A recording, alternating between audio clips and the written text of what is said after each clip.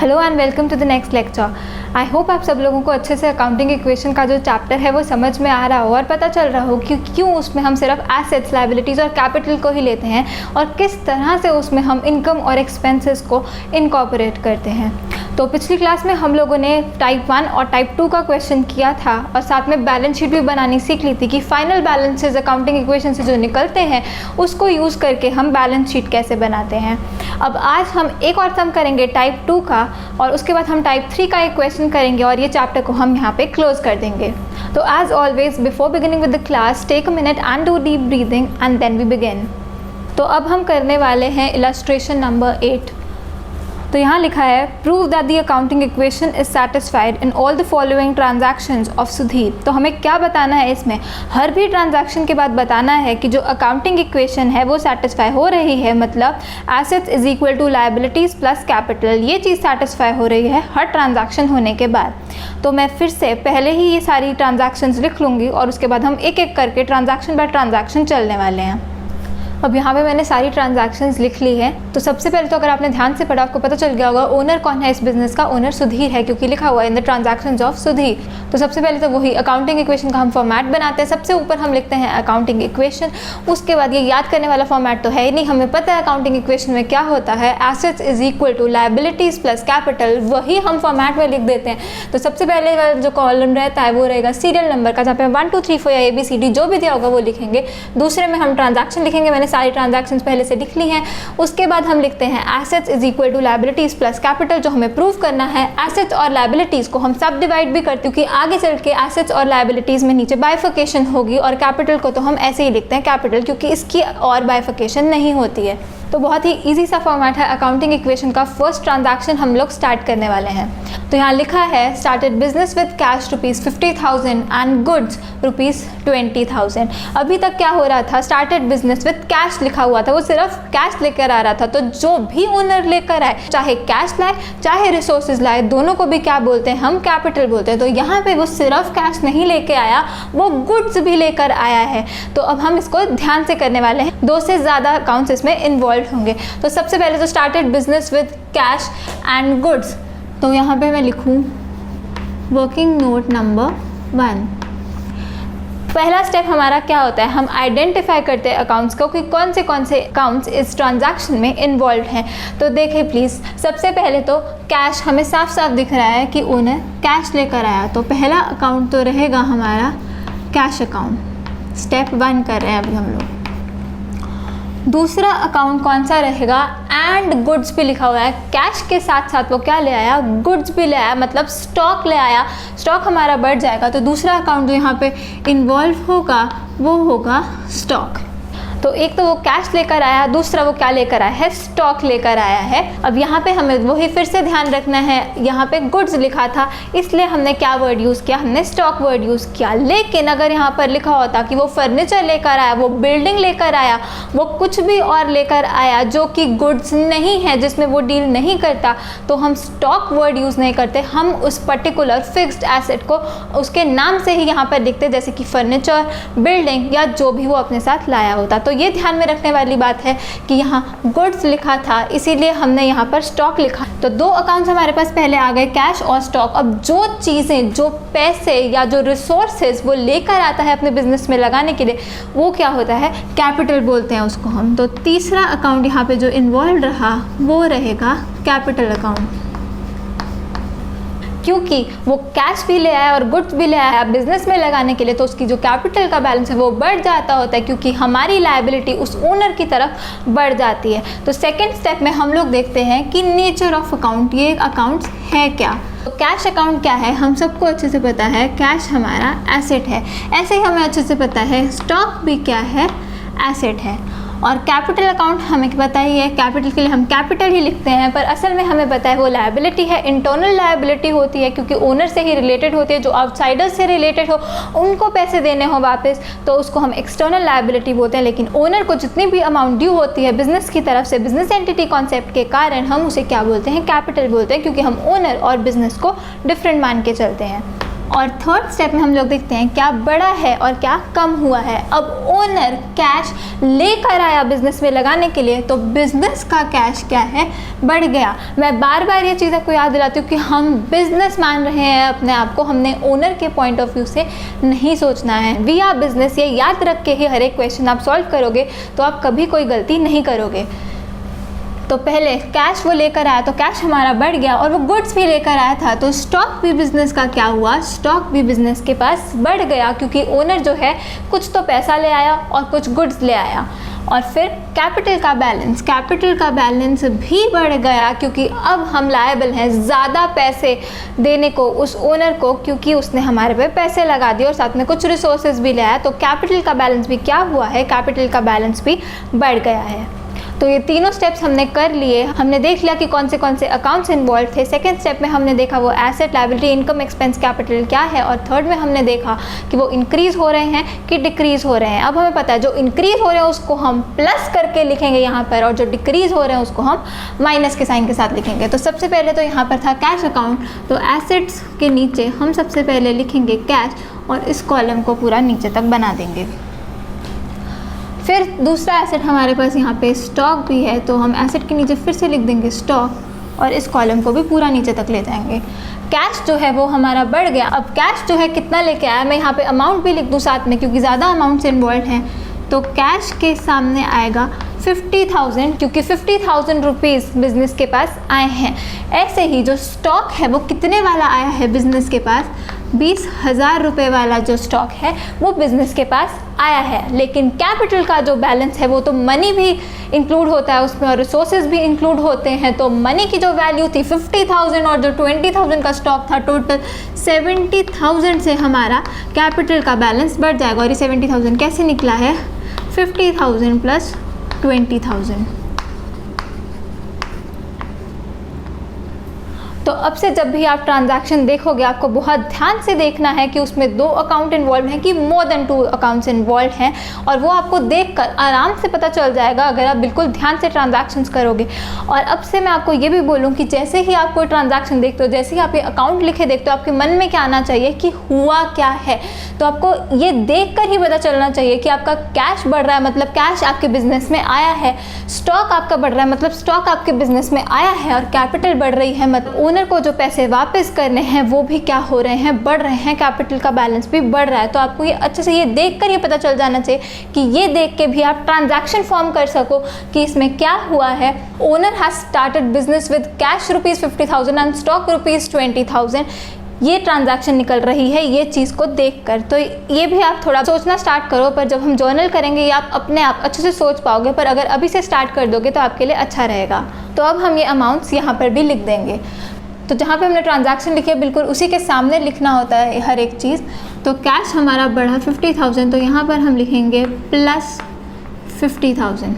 ऐसे ही स्टॉक हमारा बढ़ गया 20,000, तो हम यहाँ पे लिखेंगे प्लस 20,000। और जो हमारा कैपिटल का बैलेंस था वो दोनों के टोटल से बढ़ा, तो हम यहाँ लिख देंगे प्लस 70,000। फिर हम क्या करते हैं, यहाँ पर एक लाइन लगा देते होते हैं। नेक्स्ट लाइन में लिखते हैं बैलेंस, जिसमें हमको दिखा रहे हैं कि assets is equal to liabilities plus capital. This accounting equation is holding good after this transaction took place. तो हम यहाँ लिख देंगे। तो बैलेंस में हमारे पास क्या आया, ये बैलेंस की जगह आप इक्वेशन वर्ड भी यूज़ कर सकते हो। 50,000 का कैश है हमारे पास, 20,000 का स्टॉक है हमारे पास, लायबिलिटीज़ अभी हमारे पास कुछ भी नहीं है, और जो कैपिटल है वो हमारे पास 70,000 रुपये की है। तो 50,000 plus 20,000 70,000 is equal to 0 plus 70,000 is equal to 70,000। Accounting equation holds good. अगर आपकी अकाउंटिंग इक्वेशन टैली नहीं करती, इसका मतलब आपने कुछ ना कुछ गलती कर दी है, तो बिल्कुल ध्यान से करेंगे आप हर एक ट्रांजैक्शन को। अब हम चलते हैं सेकेंड ट्रांजैक्शन पे। तो यहाँ पे मैं लिखूँ वर्किंग नोट नंबर 2। क्या लिखा है उसमें, bought goods for cash ₹15,000 and on credit ₹10,000। अभी तक क्या हो रहा था, ट्रांजैक्शन जो हमने देखी थी पिछले सम में, उसमें एक में तो कैश में ला रहा था और एक में क्रेडिट में ला रहा था। अब क्या हो रहा है, दोनों में ही साथ में लिख दिया, कैश में कुछ लेकर आ गया और क्रेडिट में कुछ लेकर आ गया। कोई डिफिकल्ट चीज़ नहीं है, बहुत ही ईजी है, सिर्फ अकाउंट्स जो इन्वॉल्व है वो एक ही ट्रांजैक्शन में ज़्यादा हो जाएंगे। ध्यान से देखो, तो यहाँ पे हमेशा रफ में लिख लिया करो जो भी ट्रांजैक्शन होती है। कैश में कुछ गुड्स लेके आया जो कि इनकी वैल्यू थी 15,000 और कुछ क्रेडिट पर ले आया जिनकी वैल्यू क्या थी 10,000। तो टोटल वो स्टॉक कितने का ले आया, 25,000 रुपये का वो गुड्स लेकर आया, स्टॉक लेकर आया। तो अब अकाउंट्स हमें बहुत आराम से दिख जाने चाहिए। तो ये वर्किंग नोट नंबर 2 यहाँ जाता है। तो पहला अकाउंट जो इन्वॉल्व हो रहा है वो क्या हो रहा है, स्टॉक।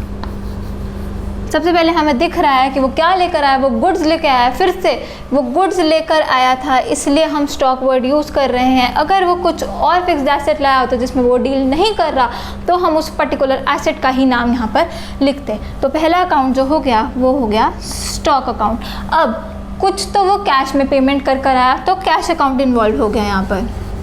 तो सेकेंड अकाउंट रहा कैश अकाउंट, क्योंकि वो कैश में पेमेंट कर आया है। और तीसरा जो अकाउंट इन्वॉल्व रहा वो कुछ सामान क्रेडिट पर लेकर आया। ये आप ट्रांजैक्शन को तोड़कर भी देख सकते हो, जैसे बॉट गुड्स फॉर कैश ये एक ट्रांजैक्शन हो गई और बॉट गुड्स ऑन क्रेडिट वो दूसरी ट्रांजैक्शन हो गई। पर ये बहुत इजी सी ट्रांजैक्शन है तो ये हम साथ में भी कर सकते हैं। तो जिससे हम क्रेडिट पर सामान खरीद कर लाते हैं, परचेज जिससे हम करते हैं क्रेडिट पे, उसको हम क्या बोलते हैं, क्रेडिटर बोलते हैं। आगे चल के हमें उसको पैसे देने हैं वापस। तो जो तीसरा अकाउंट जो इन्वॉल्व रहा है यहाँ पे वो रहा क्रेडिटर का। सेकेंड स्टेप पर जाएंगे हम लोग, जहाँ पे हम नेचर देखते हैं अकाउंट का। तो स्टॉक हमें अच्छे से पता है हमारा एसेट होता है, कैश भी हमारा एसेट होता है और क्रेडिटर हमें पता है कि क्रेडिटर हमारी लायबिलिटी होती है। आगे चल के हमें उसको पैसे देने होते हैं। We are liable to pay some amount to this creditor, क्योंकि उससे उधार पर सामान लिया था। और तीसरे स्टेप में हम लोग देखते हैं क्या इंक्रीज़ हुआ क्या डिक्रीज़ हुआ।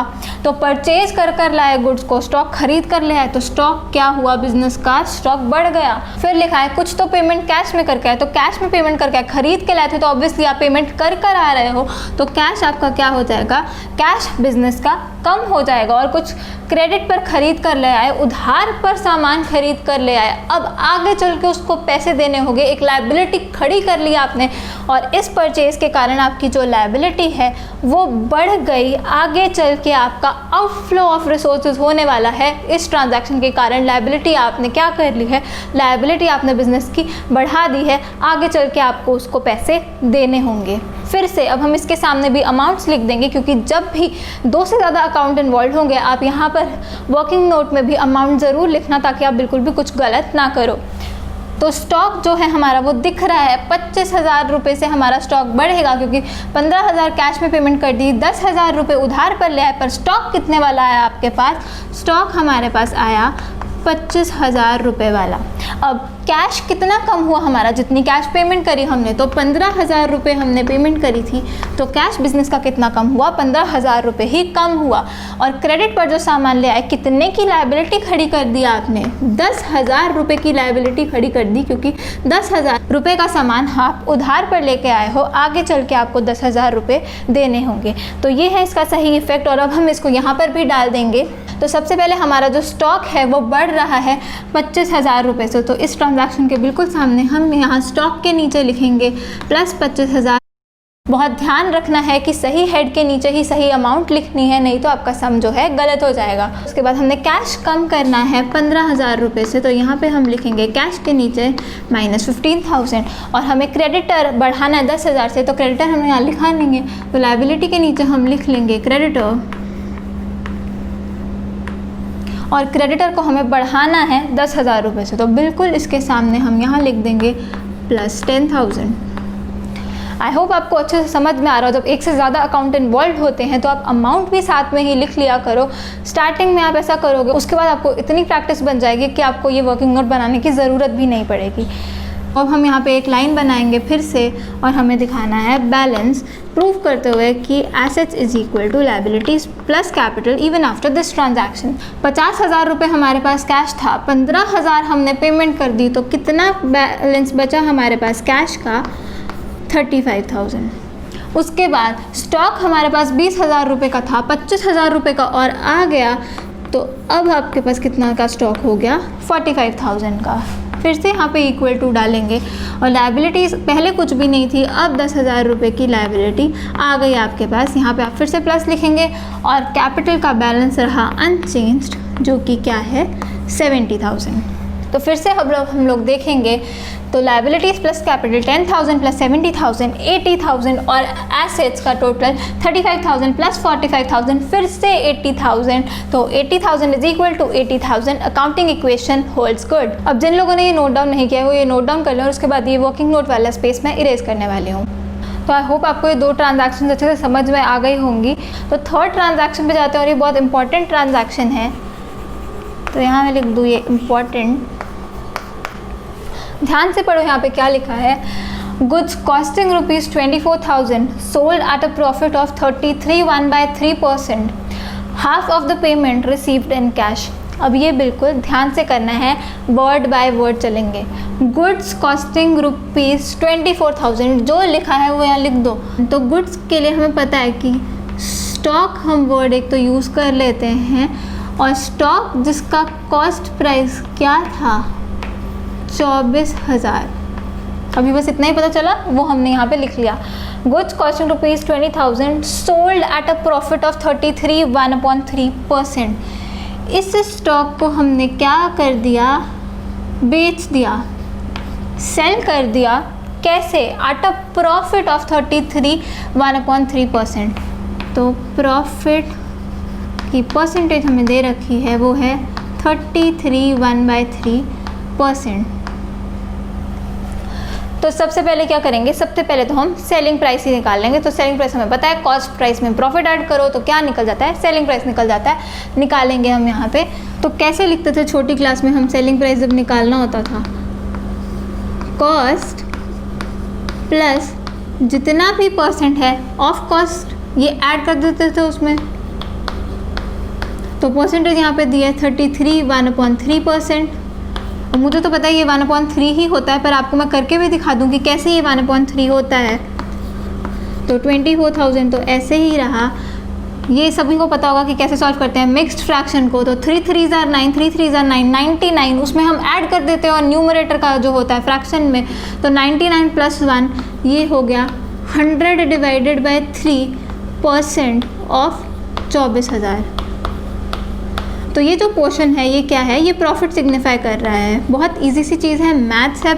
तो परसेंटेज सबको पता होना चाहिए परसेंटेज क्या सिग्निफाई करती है। 1 पार्ट आउट ऑफ 100 मतलब 1/100 जो होता है वो क्या होता है? परसेंटेज होता है। तो फिर से 24,000 हम ऐसे ही रखेंगे और 100/3 को ऐसे ही रखा। परसेंटेज हटाना है तो क्या लिखोगे? 1/100 लिखोगे और ऑफ की जगह मल्टीप्लाई का साइन और फिर से यहाँ पे 24,000। तो क्या होता है? 100 और 100 कट जाता है और बचता क्या है? ये 1/3 बचता होता है। तो बहुत ही इजी सी चीज़ है, पर फिर भी मैंने आपको लंबे तरीके से बता दी। तो ये 1/3 of 24,000 is equal to 24,000 plus 8,000। तो ₹32,000 क्या आया हमारा? ₹32,000 सेलिंग प्राइस आ गया। और हमें पता चल गया कि प्रॉफिट का जो पोर्शन है, प्रॉफिट कितना है?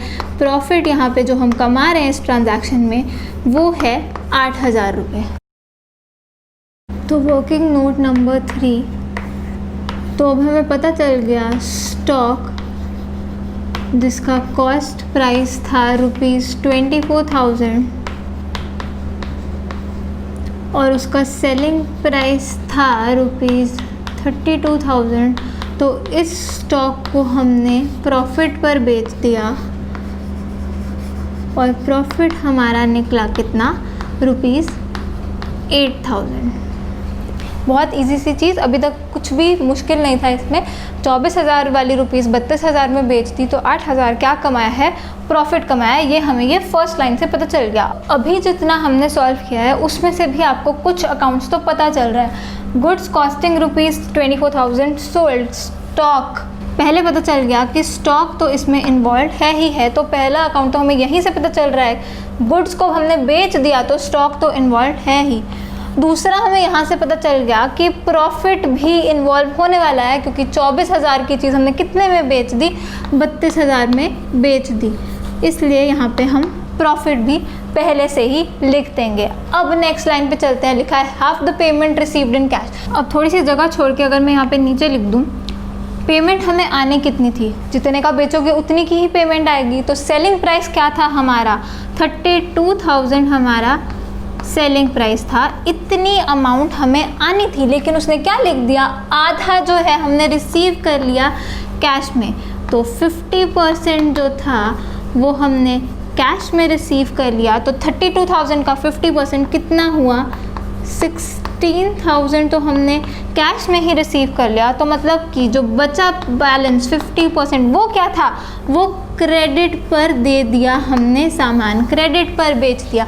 अब जिसको हम क्रेडिट पर बेचते हैं सामान, आगे चल के वो हमें पैसे देगा, उसे हम क्या बोलते हैं, डेटर बोलते हैं। तो एक और अकाउंट यहाँ पे इन्वॉल्व हो गया, कैश तो हुआ ही हुआ, साथ में एक और अकाउंट इन्वॉल्व हो गया डेटर, वो भी क्या वैल्यू 16,000। तो अब पता चल जाना चाहिए यहाँ 4 अकाउंट्स इन्वॉल्व हुए हैं।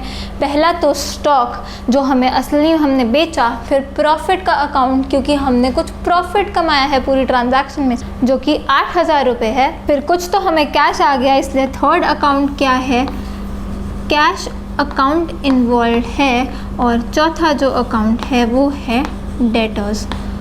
तो इस ट्रांजैक्शन में 4 अकाउंट्स टोटल इन्वॉल्व हैं। जब इन्हीं ट्रांजैक्शन को हम जर्नल में करेंगे तब तो आपको ये चीज़ बहुत ज़्यादा क्लियर हो जाएगी, क्योंकि हम डेबिट और क्रेडिट के रूल्स हमें आते होंगे उस टाइम पे। लेकिन अभी के लिए ये चीज़ समझो, अगर ये प्रॉफिट आप यहाँ पर ना लिखो, आपकी जो ट्रांजैक्शन है वो टैली करनी ही नहीं थी। क्यों नहीं करती, क्योंकि आप कॉस्ट प्राइस स्टॉक को जब कम करते वो 24,000 से ही कम कर सकते थे, और बाद में जो आपके पास पैसे आने थे वो 32,000 आते, तो वो जो डिफरेंस था 8,000 का कहाँ लेके जाते आप, आपकी अकाउंटिंग इक्वेशन जो है वो टैली नहीं करती। इसलिए प्रॉफिट को भी हमें साथ में यहाँ पर दिखाना होता है, ताकि जो हमारी अकाउंटिंग इक्वेशन है वो सही से टैली कर जाए। और यहाँ पे 4 अकाउंट्स इन्वॉल्व हैं। एक तो स्टॉक जो आपने बेचा, कैश में आपने पैसे रिसीव करे तो कैश अकाउंट, जिनसे अभी आगे चल के पैसे रिसीव करनी है, तो डेटर्स भी इन्वॉल्व हो गए, और आपने कुछ प्रॉफिट कमा लिया तो प्रॉफिट का अकाउंट भी यहाँ पे इन्वॉल्व हो गया। हम सेकेंड स्टेप पे जाएंगे सीधा। तो सेकंड स्टेप में हम देखते हैं का नेचर क्या है अकाउंट्स का। तो स्टॉक हमें बताया एसेट है, प्रॉफिट को हम इनकम मान के चलते हैं, कैश भी हमारा एसेट है और डेटर भी हमारा एसेट है, आगे चल के पैसे आएंगे। थर्ड में हम देखते हैं इंक्रीज़ हुआ कि डिक्रीज़ हुआ। अब गुड्स आपने बेच दिए तो स्टॉक आपका क्या हो जाएगा, कम हो जाएगा, क्योंकि इतने ज़्यादा अकाउंट्स इन्वॉल्व है, वैल्यू लिखनी बहुत ज़्यादा ज़रूरी हो जाती है। तो कितने का स्टॉक आपका कम हुआ, बेचा तो 32,000 का, लेकिन हमने पिछले क्वेश्चन में भी देखा था कि बेचा हमने जितने का भी हो उसका कॉस्ट क्या थी, स्टॉक कितने वाला कम होगा आपका, स्टॉक आपका 24,000 रुपये का ही क्या होगा, कम होगा। फिर प्रॉफिट जो आपका इस ट्रांजैक्शन के कारण है वो प्रॉफिट आपका बढ़ गया है, कितने रुपए से बढ़ा है, 8,000 आपने प्रॉफिट कमाया है, तो 8,000 रुपये से आपका प्रॉफिट बढ़ चुका है। और जो कैश आपने रिसीव किया, रिसीव कर रहे हो कैश बिजनेस का, बढ़ गया है। सेल प्राइस आपको मिलेगा, हिस्सों में मिल रहा है, एक तो कैश में और एक क्रेडिट में। तो कैश में कितना मिल रहा है, 16,000 मिल रहा है, तो 16,000 रुपये से बिजनेस का कैश जो है बढ़ जाएगा। और ऐसे ही डेटर्स भी क्या हो रहे हैं इस ट्रांजैक्शन में, बढ़ रहे हैं। आगे चल के आपको पैसे आएंगे, कितने पैसे आएंगे, फिर से 16,000 रुपये ही आएंगे। तो मेन इस ट्रांजैक्शन के कारण मैंने ये वाला सम उठाया था, ताकि आपको अच्छे से पता चल जाए कि जब एक ही ट्रांजैक्शन में कैश भी इन्वॉल्व हो, क्रेडिट भी इन्वॉल्व हो और प्रॉफिट भी इन्वॉल्व हो, तो आप कैसे करोगे सम को। अब इसका भी इफेक्ट हम यहाँ पे अकाउंटिंग इक्वेशन में दिखा देंगे। तो सबसे पहले हमारा स्टॉक हमें कम करना है 24,000 रुपये से, तो इसी ट्रांजैक्शन के सामने हम लिखेंगे -24,000। उसके बाद प्रॉफिट। अब प्रॉफिट क्योंकि इनकम है, हमें पता है हम उसको सीधा यहाँ पे नहीं डाल सकते, किस में एडजस्ट करते हैं हम लोग, कैपिटल में एडजस्ट करते हैं। अब प्रॉफिट बढ़ा तो क्या होगा, कैपिटल भी बढ़ जाती है क्योंकि असल में जो नेट इफेक्ट होता है वो सीधा कैपिटल में जाता है। तो प्रॉफिट बढ़ा तो कैपिटल भी बढ़ी। तो प्रॉफिट बढ़ने के कारण यहाँ पर मैं ब्रैकेट में लिख दूँ कैपिटल भी बढ़ जाएगी। तो ये वाला इफेक्ट हम कैपिटल में दिखाते हैं, तो यहाँ पे आएगा +8,000। अगला हमें कैश बढ़ाना है 16,000 रुपये से, तो हम कैश वाले कॉलम में आ गए और यहाँ पे हमने लिखा +16,000। और हमें डेटर्स जो है वो भी बढ़ाना है 16,000 से। डेटर्स अभी हमने यहाँ पे लिखा नहीं था, तो हम लिख लेंगे डेटर्स, इस कॉलम को नीचे तक ले जाएंगे और डेटर्स यहाँ पे कितने आ गए, 16,000 आ गए। तो हम लिखेंगे +16,000। फिर से हम लोग यहाँ पर एक लाइन लगाएंगे और बैलेंस निकालेंगे दिखाने के लिए कि accounting equation is holding good. तो 35,000 कैश हमारे पास था, 16,000 कैश और आ गया हमारे पास, तो कितना कैश आ गया, 51,000 कैश आ गया। 45,000 का स्टॉक था हमारे पास, 24,000 वाला हमने बेच दिया, तो कितना हमारे पास स्टॉक रह गया, 21,000। डेटर्स जो हैं वो अभी अभी आए हैं 16,000 के, यहाँ लिखेंगे इक्वल टू, क्रेडिटर्स जो हैं वो अनचेंज रहे 10,000, यहाँ पे हम प्लस लिख देंगे। और कैपिटल जो रही अब जाके चेंज हुई है क्योंकि इनकम वर्ड आ गया तो चेंज होनी ही थी, तो 70,000 + 8,000, 78,000 आपका कैपिटल का बैलेंस हो गया। और अभी भी आप देखोगे तो liabilities plus capital 10,000 + 78,000, 88,000 is equal to 51,000 + 21 + 16,000 क्या आया, फिर से 88,000। Accounting equation holds good. I hope ये भी ट्रांजैक्शन आपको अच्छे से समझ में आ गई हो। और अगर आप ये मेथड फॉलो करके अकाउंटिंग इक्वेशन के क्वेश्चन सॉल्व करोगे, ये हो ही नहीं सकता कि आपका सम गलत हो जाए। बस बिल्कुल ध्यान से करना है, एक एक वर्ड पे आपका स्ट्रेस होना चाहिए कि यहाँ लिखा क्या है और उस वर्ड को आप यहाँ इनकॉर्पोरेट करने की कोशिश करोगे। सबसे पहले वर्किंग नोट्स बनाकर कि हुआ क्या था ट्रांजैक्शन में, क्या क्या अकाउंट्स इन्वॉल्व होंगे, वो 3 स्टेप्स लगाओगे तो आप कभी भी सम गलत नहीं करोगे। तो अब हम लास्ट ट्रांजैक्शन भी कर लेते हैं जो कि है 4th। तो यहाँ पर मैं लिखूँ working note number 4, purchase furniture for office use ₹6,000 and for house hold use of Sudhir ₹4,000। तो हमें पता है सुधीर ओनर है और वो हाउस होल्ड यूज़ के लिए कुछ भी करने वाला है। तो पर्सनल यूज़, हाउस होल्ड क्या है, पर्सनल यूज़ के लिए वो कर रहा है। तो हमें पता है बिज़नेस की चीज़ें अलग और ओनर की अपनी पर्सनल चीज़ें अलग। तो हाउस होल्ड यूज़ के लिए जो भी वो चीज़ लेके जाता है, सबसे पहले मैं यहाँ लिख दूँ ड्राइंग्स अकाउंट। जहाँ पे भी आपको ये वर्ड दिख गया, personal use, house hold use, अपने लिए कुछ भी वो ओनर कर रहा है, ड्राइंग्स तो इन्वॉल्व हो ही रही है उस ट्रांजैक्शन में। अब ये फर्नीचर खरीद रहा है एक तो ऑफिस यूज़ के लिए, तो ऑफिस यूज़ के लिए जो वो उसने फर्नीचर खरीदा, तो वो जो फर्नीचर है वो बिज़नेस का एसेट होगा। फर्नीचर आपके पास आ रहा है, आप परचेज कर रहे हो फर्नीचर, तो बिज़नेस के पास फर्नीचर आया, इसलिए हम यहाँ क्या लिखेंगे, फर्नीचर लिखेंगे, स्टॉक नहीं लिखेंगे। वो फर्नीचर में डील कर रहा है, ऐसा कहीं भी नहीं लिखा हुआ, गुड्स दिया हुआ था, जहाँ गुड्स लिखा हमने स्टॉक वर्ड यूज़ किया। अब यहाँ फर्नीचर लिखा है, फर्नीचर फिक्स्ड एसेट है, गुड्स के अलावा हर एक चीज़ को उसी के नाम से बुलाते हैं। तो जो वो फर्नीचर ऑफिस यूज़ के लिए लाया वो तो हमारा क्या हो गया, बिजनेस का एसेट हो गया। लेकिन जो फर्नीचर उसने हाउस होल्ड यूज़ के लिए लिया, हमें कोई लेना देना नहीं, वो जो मर्जी ले, हाउस होल्ड यूज़ के लिए कुछ भी कर ले, चाहे कैश ले जाए, चाहे एसेट ले जाए, कुछ भी ले जाए, हाउस होल्ड यूज़ यहाँ पे आ गया। तो हमारे पास एक ही वर्ड है ड्राइंग्स, जो कि कैपिटल को क्या करती है, कम करती है। तो फर्नीचर उसने परचेज किया है ऑफिस यूज़ के लिए और हाउस होल्ड यूज़ के लिए, तो किस में परचेज किया, क्वेश्चन साइलेंट है, क्वेश्चन साइलेंट है तो मान के चलेंगे कैश में किया। तो तीसरा अकाउंट जो यहाँ पे इन्वॉल्व रहेगा वो होगा कैश अकाउंट। सबसे पहले purchase furniture for office use, तो फर्नीचर अकाउंट इन्वॉल्व हो जाता है। और दूसरा जो है and for house hold use of सुधी, हाउस होल्ड यूज़ के कारण चाहे वो फर्नीचर ही खरीदा उसने, पर हाउस होल्ड यूज़ यहाँ पे था वर्ड, तो house hold use, personal use, drawings account involve हो गया तो ड्राइंग्स। और तीसरा जो है परचेज करके लाया है फर्नीचर, टोटल अमाउंट जो होगी वो किस में दी है, कैश में दी है, क्योंकि क्वेश्चन साइलेंट है। अगर बता देता क्रेडिट पर लाया तो हम यहाँ पे क्रेडिटर लिख देते, बट अभी क्वेश्चन साइलेंट है। जब भी क्वेश्चन साइलेंट होगा, मान के चलते हैं कैश में पेमेंट करी, तो यहाँ पे आ जाएगा कैश अकाउंट। तो ये 3 अकाउंट है जो यहाँ पर इन्वॉल्व हो गए। अब हमने सेकेंड स्टेप में देखना है कि इनका नेचर क्या है। तो ड्राइंग्स क्या है, ड्राइंग्स कैपिटल में ही एडजस्ट होती है, तो यहाँ पे मैं लिख दूँ C। फर्नीचर क्या है, फर्नीचर हमारा एसेट है और कैश भी क्या है, एसेट है। और थर्ड स्टेप में हम देखते हैं क्या इंक्रीज़ किया, क्या डिक्रीज़ किया। तो ड्राइंग से हमें पता ही है कैपिटल को क्या इफेक्ट पड़ता है, कैपिटल हमारी कम हो जाती है, तो ड्राइंग से क्या होगा, कैपिटल कम हो जाएगी। हमें जो भी कैपिटल में उसका बैलेंस पड़ा था वो देना था पहले ओनर को, लेकिन अब वो कुछ भी ले गया बस हाउस होल्ड यूज़ के लिए, पर्सनल यूज़ यहाँ पे आ गया, ड्राइंग्स कर ली उसने, तो उससे वो कैपिटल का बैलेंस कम हो जाता है। कितने रुपए से कम हो, जितना वो लेकर गया फॉर हाउस होल्ड यूज़। तो हाउस होल्ड यूज़ वाली अमाउंट ये कितने इन्वॉल्व है यहाँ पे, 4000। तो ड्राइंग्स उसने कर ली कितने रुपए की, 4000 रुपये की ड्राइंग्स कर ली। आई होप सबको अच्छे से समझ में आ रहा हो, क्योंकि ऑफिस यूज़ के लिए जो लिया था वो 6000 का था और हाउस होल्ड यूज़ के लिए जो लिया था 4000 का था।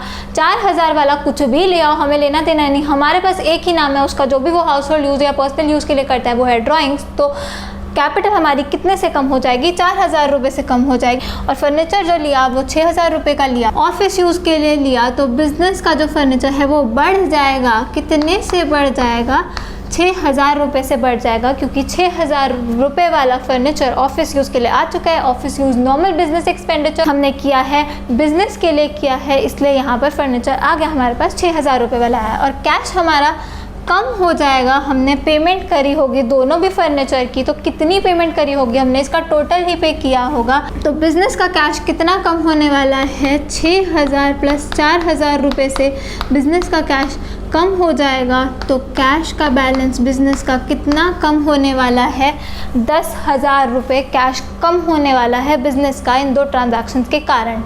तो यहाँ पे हमें अच्छे से समझना है कि ऑफिस यूज़ और पर्सनल यूज़, इनको अच्छे से डिफरेंशिएट करना है। अब इसे भी हम यहाँ पर इनकॉर्पोरेट कर देंगे। तो सबसे पहले कैपिटल, ड्राइंग्स कैपिटल को कम करने वाली है 4000 रुपये से, तो कैपिटल के नीचे हम लिख देंगे -4000। फर्नीचर है 6000 रुपये का बढ़ गया, तो फर्नीचर के नीचे हम लिखेंगे +6000। और लास्ट में जो कैश है हमारा वो इन दोनों के टोटल से कम होने वाला है, तो यहाँ पे हम लिख देंगे -10,000। फिर से हमें बैलेंस निकाल कर दिखाना है। तो लास्ट वाली ट्रांजैक्शन के बाद हम वर्ड लगा देते हैं फाइनल। तो यहाँ पे मैंने लिखा फाइनल बैलेंस। ऐसे ही अगर आप ऊपर इक्वेशन वर्ड लिख रहे हो तो आप लिखोगे यहाँ फाइनल इक्वेशन। तो 51,000 कैश हमारे पास था, 10,000 रुपये चला गया, तो बचा कितना कैश, 41,000। स्टॉक हमारा रहा अनचेंज्ड 21,000। डेटर्स भी हमारे रहे अनचेंज्ड 16,000। फर्नीचर हमारे पास आ गया 6000 रुपये वाला, यहाँ पे हम लिख देंगे इक्वल टू। क्रेडिटर्स हमारे रहे अनचेंज्ड 10,000 और जो कैपिटल का बैलेंस है वो 78,000 था, 4000 कम हो गया, तो कैपिटल का बैलेंस आ गया 74,000। फिर से चेक करेंगे तो 74,000 plus 10,000 84,000 is equal to 41,000 plus 21,000 plus 16,000 plus 6,000 is equal to क्या, फिर से 84,000। Accounting equation holds good. तो यहाँ पे हम फिर से एक लाइन लगा देंगे, एक और लाइन लगा देंगे। तो इस तरह हमारा ये क्वेश्चन भी सॉल्व हो गया। और आई होप आपको अच्छे से अकाउंटिंग इक्वेशन का जो कॉन्सेप्ट है पूरा वो समझ में आ गया हो और हर चीज़ आप अच्छे से इंटरप्रेट कर पा रहे हो कि क्या किस चीज़ का मीनिंग होता है। तो जब भी 2 से ज़्यादा अकाउंट्स इन्वॉल्व रहने वाले हैं, बहुत ही ध्यान से करोगे क्वेश्चन को, अमाउंट्स का भी ध्यान रखोगे और उनके इफ़ेक्ट का भी अच्छे से ध्यान रखोगे। अब टाइप 2 में जितनी भी कॉम्प्लिकेशन हो सकती है ये दोनों क्वेश्चंस के थ्रू मैंने आपको अच्छे से बता दी है। तो अब लास्ट में हम टाइप 3 का भी क्वेश्चन करेंगे।